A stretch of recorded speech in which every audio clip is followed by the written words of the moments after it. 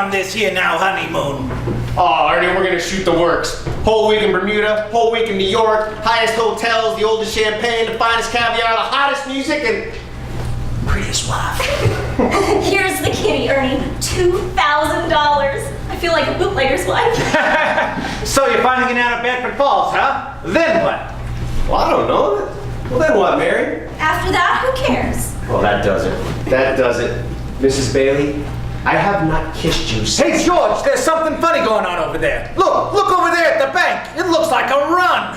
Well, you better pull over now. Just pull over. Let me see what's going on. George, don't, please. Let's not stop. Let's go straight to the station. Mary, I better see what this is. It'll just take a second. Please, George. Really, what's going on? The doors are locked. There's a crowd out front. This is a pickle, George. What's going on? What's happening? All I know is the bank called their loan. I had to hand out all our cash. All of it? Every last cent of it. Holy mackerel. And then I got scared, George, and I closed the doors. Bill, you can't close the doors. Our charter says we have to stay open until 6 o'clock or else we'll lose our license. Bailey, brother, Bill. Get me, George. George, it's Potter. Hello. George, there's a rumor around town that you've closed your doors. Is that true? No, it isn't. Do you need any police? Mobs get pretty ugly sometimes, you know. No, I think we're fine, so... We'll see.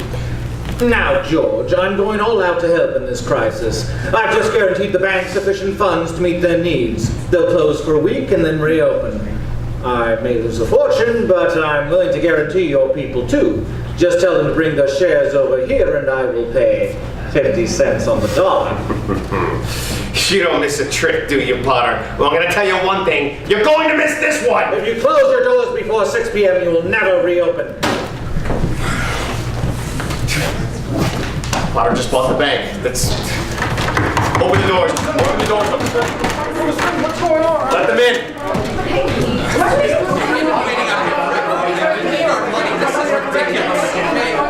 All right, well, wait a minute. Wait a minute, people, please. You're thinking of this thing all wrong. You know, your money's not here. No, wait, please, let me explain. Your money's not here.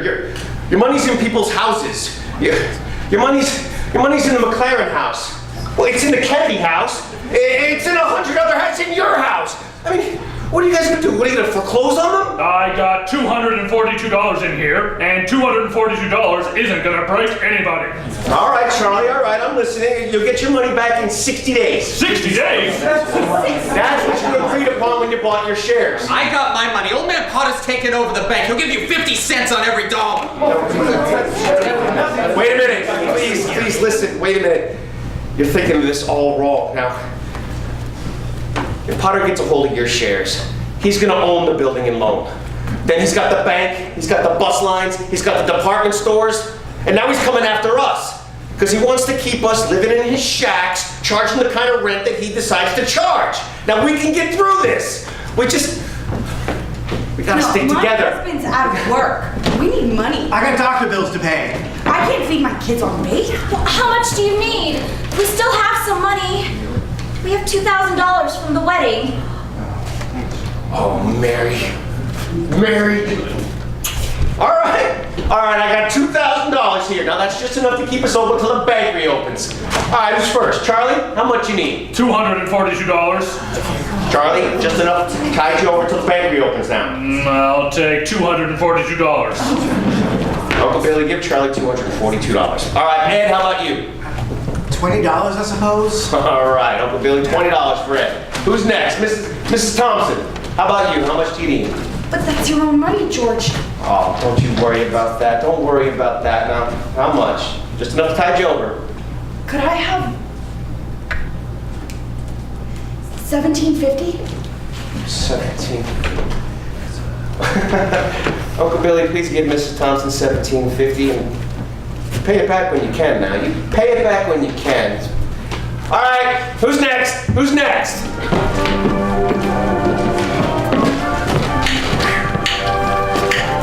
Look, Potter, look! 5 seconds, 4 seconds, 3, 2, 1. We did it! We made it! Lock the doors, Uncle Billy. We're still in business and we got $2 left. Bailey Brother Building.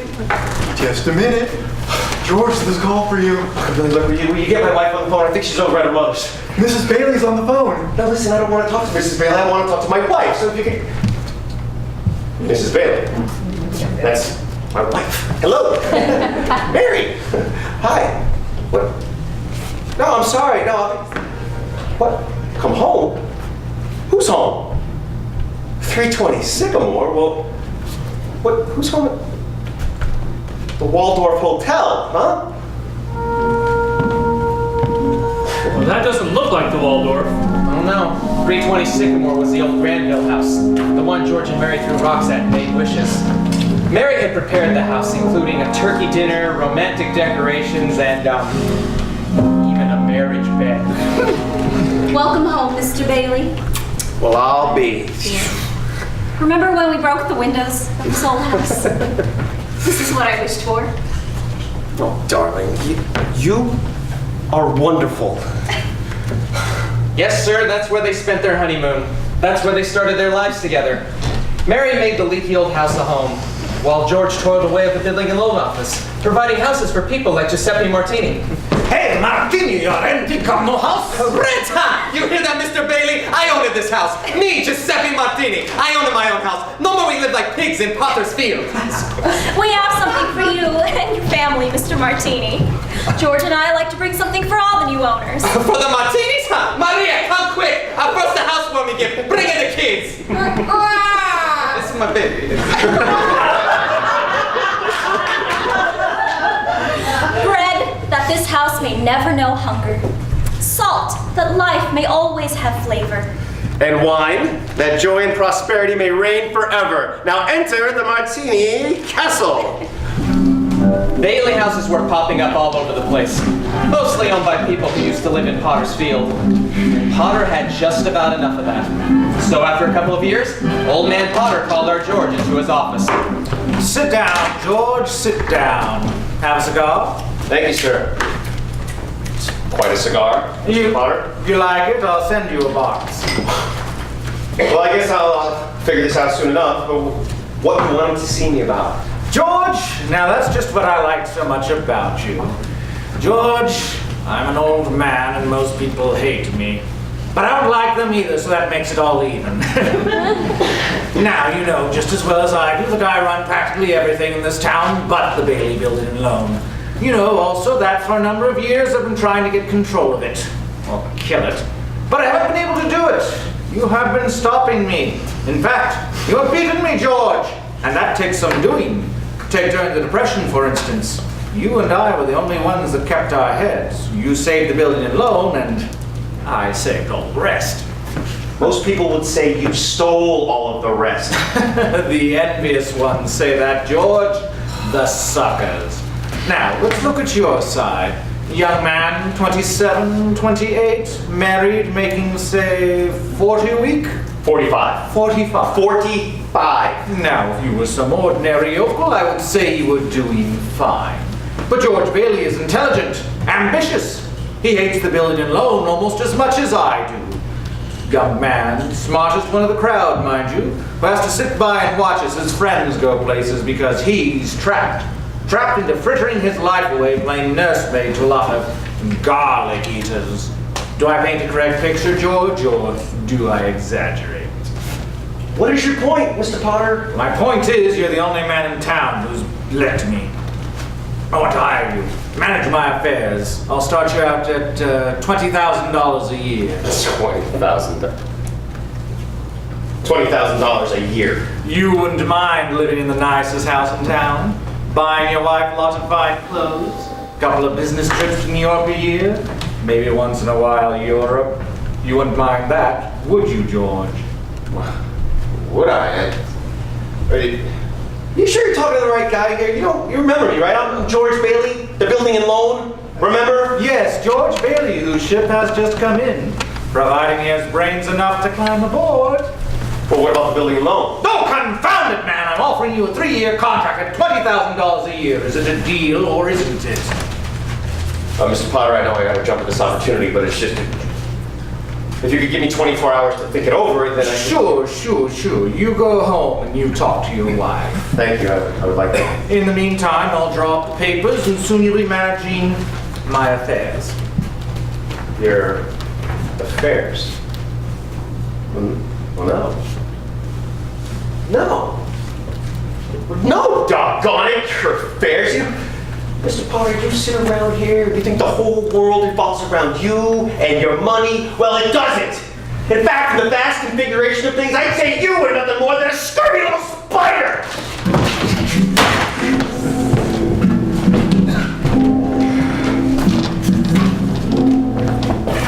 What did Mr. Potter want, George? Nothing. Nothing. Just talk. Oh, Mary Hatch, why would you ever want to marry a guy like me? To keep from being an old maid? I was gonna see the world. I was gonna build things. I was gonna give you the moon. I mean, what have I given you? What have I given you lately? Nothing. Not even a new dress. Not for months. You could have married anybody else. You could have married anybody else in town. Sam Wainwright, anybody. I didn't want to marry anybody else in town. I want my baby to look like you. I promised you everything. I mean, I didn't even give you a honeymoon. I was... You what? My baby? Mary Hatch, you're on the nest? George Bailey Lasso Stork! Well, Mary had her baby, a boy. You don't say. Then she had a girl. Well, what do you know? Night after night, George would come home late from the office. Things weren't good at the building and loan. Potter was really bearing down hard. And then came the war. Mary had another baby by then, but still found time to run the USO. Gower and Uncle Billy sold war bonds, and Violet entertained the troops. Bert the cop was wounded in North Africa, got the Silver Star. Ernie the taxi driver parachuted into France, and Harry Bailey topped them all. A Navy flyer, he once shot down 15 planes, 2 of them as they were about to crash into a transport full of soldiers. Yes, but George. What about George? George? 4F on account of his ear. George fought the Battle of Bedford Falls. Air raid warden, paper drives, scrap drives, rubber drives. On VE Day, he wept and prayed. On VJ Day, he prayed and wept again. We're getting pretty close to today, aren't we, sir? Yes, Clarence. You now know almost everything you have to know about George Bailey, except what happened that finds him down there at that moment, wanting to die. Well, sir? Well? Well, today's the day before Christmas. Billy was at the bank to make a deposit when he ran into Old Man Potter. Well, Mr. Henry F. Potter. Come to the bank to deposit more loot, huh? Sure, you old fool. How'd you like the news in the paper, Mr. Potter? Harry Bailey wins Congressional Medal of Honor. Just can't keep those Bailey boys down, now can you? Let me see that newspaper. Here you go. Sorry I can't chat, you old thief. Gotta make a deposit. Well, good morning, Mr. Bailey. Good morning, Horace. Here you are. Deposit slip, bank book, and a very Merry Christmas to you. You too, Mr. Bailey. Say, you've forgotten something, haven't you? What's that? Well, you want to make a deposit? Well, certainly I do. Well, it's customary to bring the money with you. It's gone? Where'd I put it? Where'd I put that money? A terrible thing, Clarence. Terrible. Uncle Billy couldn't find the money because the envelope with the $8,000 in it was folded up in the paper he gave to Old Man Potter. At the same time as Billy went looking for the deposit, Violet met with George at the building and loan. Oh, bye. Suppose you're getting things set back at the house for the party tonight. Oh, what's wrong? You know you're invited. You see right through me, don't you? How much do you need? I hate doing this to you, George, but I won't be asking for any more after this. Are you planning on robbing a bank, Vi? I'm going to Manhattan. Manhattan? What's in Manhattan? Why, everything's in Manhattan. A new start, at least. Well, what's the matter with the new start right here in Bedford Falls? Well, I'll be. I never thought I'd hear that from you, George Bailey. I thought you hated this place. I did. This town has a charm all of its own. You should give tours, maybe. I'm just thinking about you, Violet. It's a big step to take on your own there. I've made a decision. There's a midnight train tonight, and I plan to be on it. It takes a lot of character to leave your hometown and make a move like that. Now, I'll Violet, here's some dough. No, George, don't. No. Well, come on, Violet. I mean, what are you gonna do? What are you gonna hop your furs in that hat? Or you gonna walk to Manhattan? You know, they charge for food and rent up there just the same as they do down here in Bedford Falls. So Yeah, just, sure. it's a loan, Violet. That's my business, building and a loan. Now, take it, pay it back, you'll get a job. I know. I'm glad I know you, George Bailey. You just say hello to New York for me. Merry Christmas, George. Merry Christmas, Violet. George! George! Uncle Billy, what's going on? The bank examiner's coming today. Today? Yeah, he wants the accounts payable. Uncle Billy, what's going on? The What's money. matter? The 8,000, Uncle Billy, what happened? I don't know. I was going to deposit it, and when I went to the bank, I didn't have it. $8,000, Uncle Billy? $8,000? That money doesn't belong to us. It belongs to the depositors. Now, where are you gonna... I'm so sorry, George. I just don't know what happened. Well, the first place you look is in your coat pocket. Now, that's where I told you to put it, so... I'm no good to you, George. I'm no good. All right. We will retrace your steps. We'll leave no stone unturned. And as George and Billy went looking for the deposit, Potter had a meeting with the state bank examiner, a Miss Sadie Vance. The whole town's turned upside down with the Bailey boys' homecoming. Congressional medal and all. I guess they do things like that. May I look at your paper? Go ahead. Oh, this is a deposit from Bailey. That old fool Billy Bailey gave me that newspaper. You're going to deposit it for him, right? To think that he would make such a foolish mistake. Look at how much it is. There's $8,000 here. What a Christmas present. And he doesn't even know it.